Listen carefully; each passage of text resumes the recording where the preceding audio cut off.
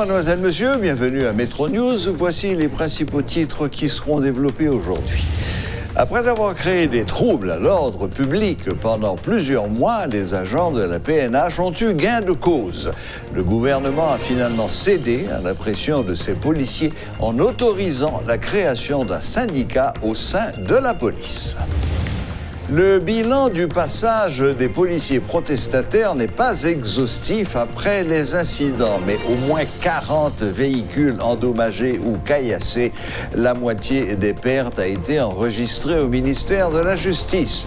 De nombreux fonctionnaires traumatisés n'ont pu regagner leur poste de travail ce mercredi. Les vols en provenance des 6 pays les plus touchés par l'épidémie de coronavirus, dont la France et la Chine, ne sont plus autorisés à atterrir sur le territoire haïtien.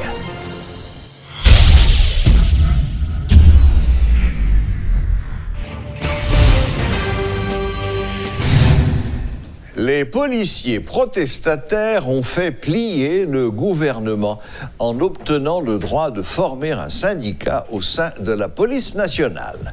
Les violences perpétrées contre les fonctionnaires de plusieurs ministères ont contraint le chef de l'État à publier un arrêt modifiant les règlements intérieurs de la police.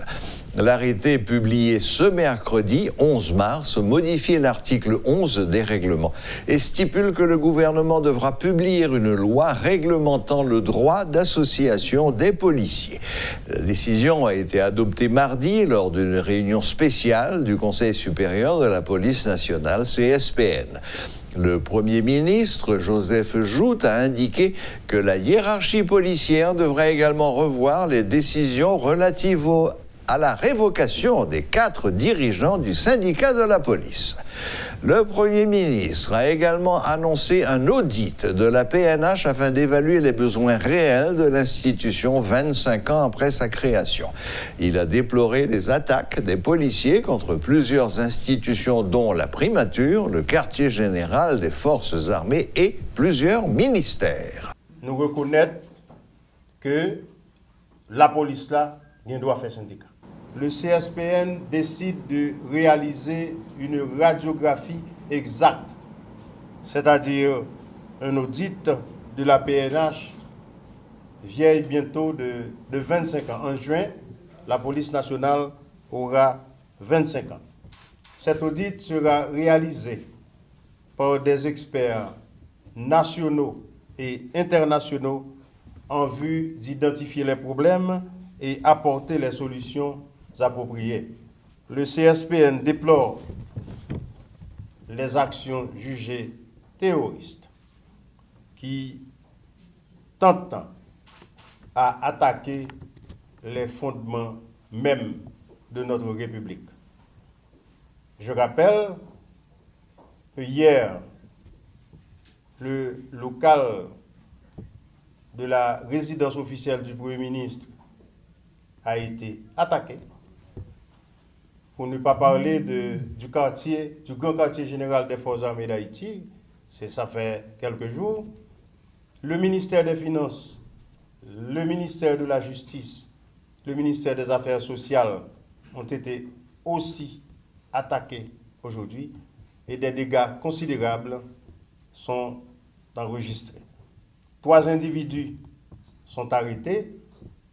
Ils vont être déférés à la justice pour les faits qui leur ont été reprochés. Le Réseau national de défense des droits humains, RNDDH, salue la décision d'autoriser la création d'un syndicat au niveau de l'institution policière. S'il reconnaît la légitimité et la justesse des revendications des policiers, le directeur exécutif du RNDDH croit cependant que le syndicat de la PNH ne doit pas être utilisé pour contester des décisions issues du haut commandement de la PNH, mais plutôt pour veiller aux conditions de travail des agents de la PNH. Il espère que ce syndicat ne sera pas au-dessus de l'IGPNH ni du haut état-major de l'institution. L'important, le fait que CSPN reconnaît que les policiers ont le droit de faire syndicat, faut que yo chita policier yo pour yo tande yo. Et faut que yo garder dans quelles conditions policier a travail. Policier ont besoin de moyens, yo besoin d'équipement pour faire travail yo et policier a vivre insécurité même la population en même temps. Nous condamner toutes actes brigandage, toute attaque qui fait sous ministère, sous bien monde pendant policier a fait manifestation, a fait revendication au passé. La police là, li là pour protéger avec ses vies et cause y a défendre son cause qui noble, revendication juste mais faut que yo fait dans l'ordre avec discipline.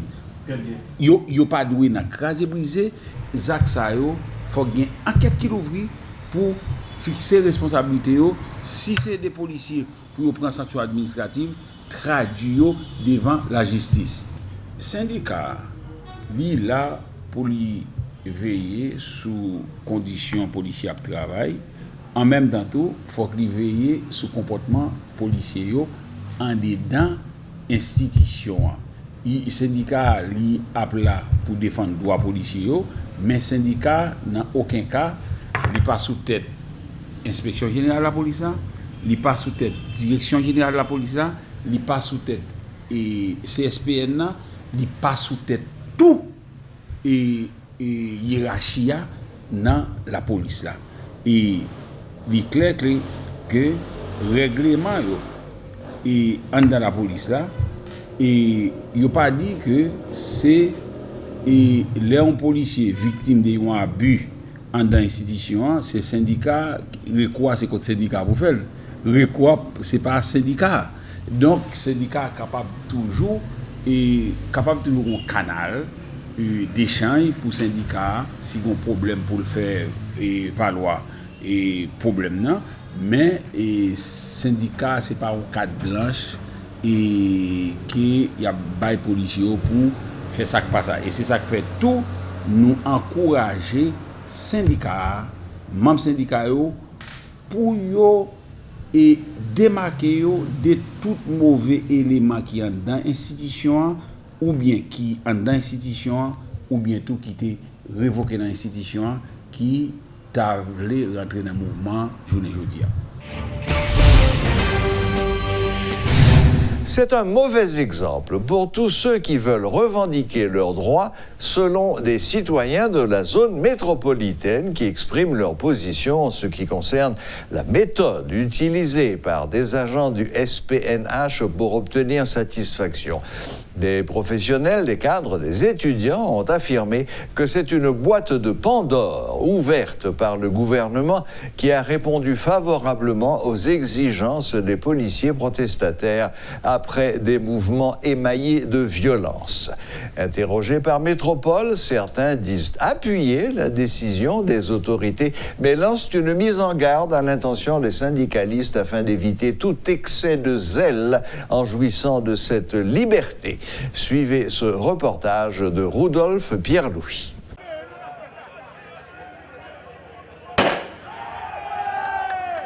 Est-ce que je dis à la police nationale, pas bail, ouvriers, chômeurs, professeurs, médecins, tout le monde qui est dans une situation difficile, façon pour défendre droit on y a.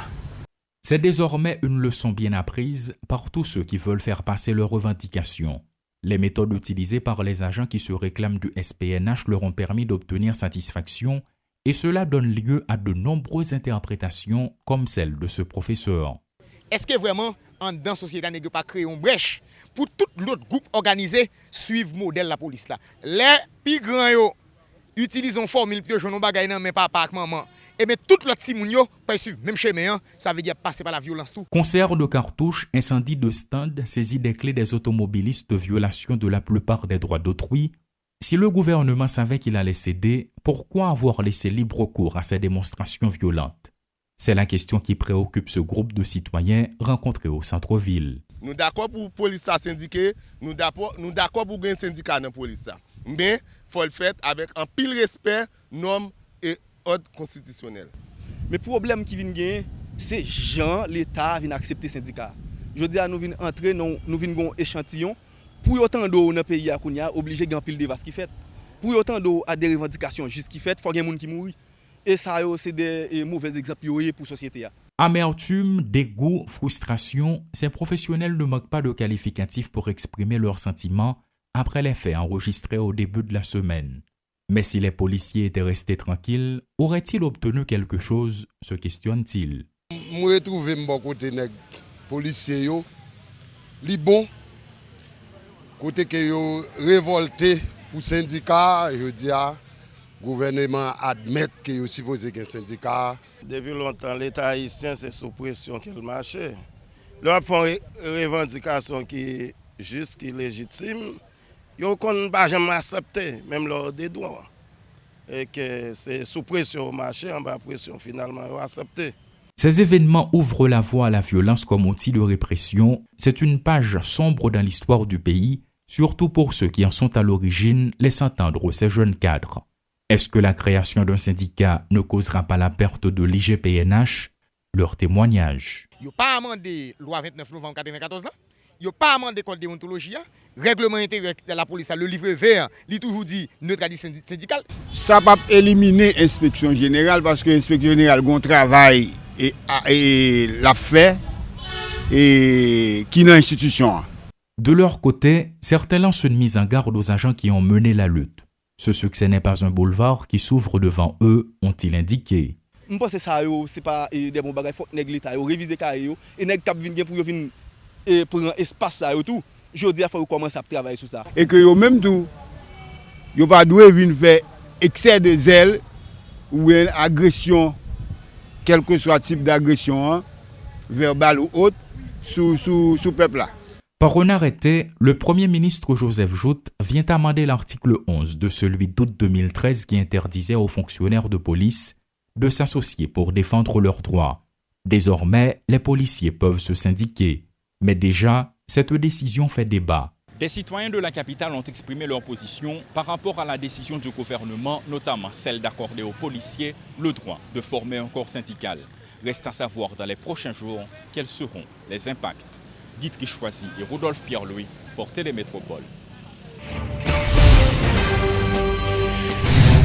L'ombre des policiers syndiqués du SPNH a plané ce mercredi 11 mars sur l'administration publique haïtienne. De nombreux fonctionnaires sont traumatisés et n'ont pu regagner leur poste. Une fonctionnaire a indiqué que des femmes ont été victimes de harcèlement sexuel et d'attouchement de la part des individus lourdement armés qui avaient pris d'assaut les ministères.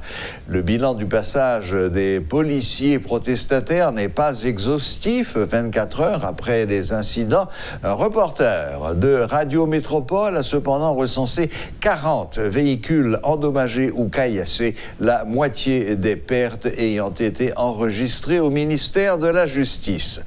Et même si les policiers n'étaient pas dans les rues ce mercredi, ils inspirent désormais la crainte. Au tribunal de première instance de Port-au-Prince et au Parlement, les fonctionnaires ont fui suite à une rumeur faisant état de l'arrivée des policiers. Nous-mêmes, nous regrettons ça arrivé hier, d'une part, mais nous responsabilisons le gouvernement tout du fait que nous avons été calmés de non-pouvoir et pas prendre responsabilité en main. Et ça te passe hier, il pas de doit arriver là. Mon frère, l'État plus sage pour autorité dans pouvoir être chita avec monsieur au niveau de la police pour voir comment on va traiter question syndicat. Et c'est bien regrettable, on attend dans diverses administrations, on prend gaz fermé ici à là ou dégâts qui fait machine crasée, balles tirées, etc. Mais c'est regrettable, ça pas besoin d'arriver ça, il y a possibilité pour être chita ensemble avec monsieur policier pour être venir ici pour être arriver mettre syndicat à camper. Moi syndicat dans l'institution, c'est pas un bagage qui est grave. D'ailleurs, attribution syndicat, c'est dénoncer, revendiquer, mais assurer que les bagages bien fonctionnent. Mais c'est où tout syndicat, pour qui ça, on est obligé de faire fonctionnement syndicat dans l'institution. Donc, nous sommes capables de dire ça arrive à au niveau affaires sociales, ministère de justice et finances, et c'est regrettable. Même que ça peut permettre aux autorités de penser davantage et pour parler avec le problème, ça arrive à une solution pour permettre le pays à fonctionner. Et là, quand nous avons plus environ 5-6 machines qui sont endommagées, sans compter ça dans la rue, ça compte dans la finance, ça compte dans la justice et d'autres institutions. Et moi, ça pas moment pas descendre dans le pays, il faut que nous ayons une solution et on dans question parce que ça ne va pas continuer comme ça dans l'état que le pays a vivre là. Le chef de l'État et le Premier ministre ont nommé 9 secrétaires d'État dans le nouveau gouvernement. Il s'agit de Tacite Toussaint, secrétaire d'État à la sécurité publique, Hervé Saint-Ilus, secrétaire d'État à l'alphabétisation, Madame Swanette Désir, secrétaire d'État à l'intégration des personnes handicapées, Eddie Jackson Alexis, le seul secrétaire d'État à conserver son poste, il est secrétaire d'État à la communication, Fresnel Jean-Baptiste, secrétaire d'État à la mobilisation fiscale, Wilner Joseph, secrétaire d'État à la population, Maggie Durcé, secrétaire d'État à la formation, Emmanuel Cantave, secrétaire d'État aux affaires sociales, Jacqueline Jean Charlot, conseiller du chef de l'État et secrétaire d'État à la jeunesse. Les autorités demandent aux compagnies aériennes opérant sur le territoire haïtien de ne pas transporter de passagers en provenance des 6 pays les plus touchés par l'épidémie de coronavirus, dont la France, à moins qu'il n'ait passé 14 jours dans une zone sans risque. Dans une circulaire datée du 9 mars, le ministère haïtien de l'Intérieur et des collectivités territoriales exhorte, je cite, les lignes aériennes fonctionnant sur le territoire national de prendre les dispositions nécessaires en vue d'interdire l'embarquement de tout passager provenant des zones rouges.